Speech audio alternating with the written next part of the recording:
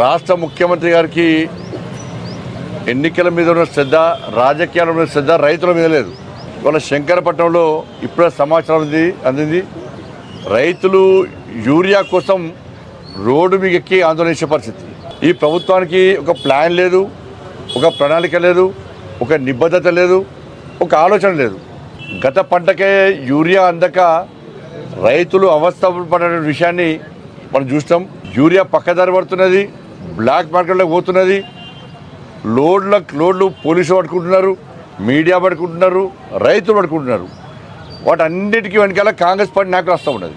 Congress party నాయకులు యూరియాను black market తొలగిస్తున్నారు, దాన్ని వ్యాపారంగా మారుస్తున్నారు తప్ప రైతులకు యూరియా అందించాలన్న సోయి లేనటువంటి ఒక మూర్ఖత ప్రభుత్వం కాంగ్రెస్ పార్టీ ప్రభుత్వం.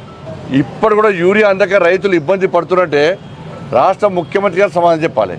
వీళ్ళు గత ప్రభుత్వం లెక్కనే ప్రతిసారి కేంద్ర ప్రభుత్వాన్ని ఆడిపోసుకోండి తప్ప, కేంద్ర ప్రభుత్వం విమర్శించుడు తప్ప వీళ్ళు ఏం చేస్తున్నారు, ఏం చర్యలు తీసుకున్నారు, వీళ్ళ ప్రణాళిక ఏంది, రైతులను ఆదుకోవడానికి ఏ విధంగా చర్యలు తీసుకున్నారని చెప్పి కనీసం పట్టించుకున్న పాపాన పోని రైతు ద్రోహి ఈ కాంగ్రెస్ పార్టీ ప్రభుత్వం.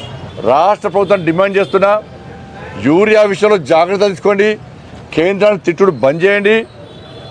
దానివల్ల రైతులు నష్టపోతున్నారు, తెలంగాణ రాష్ట్రం నష్టపోతున్నది. యూరియా అందించాల్సిందిగా నేను అప్పీల్ చేస్తాను.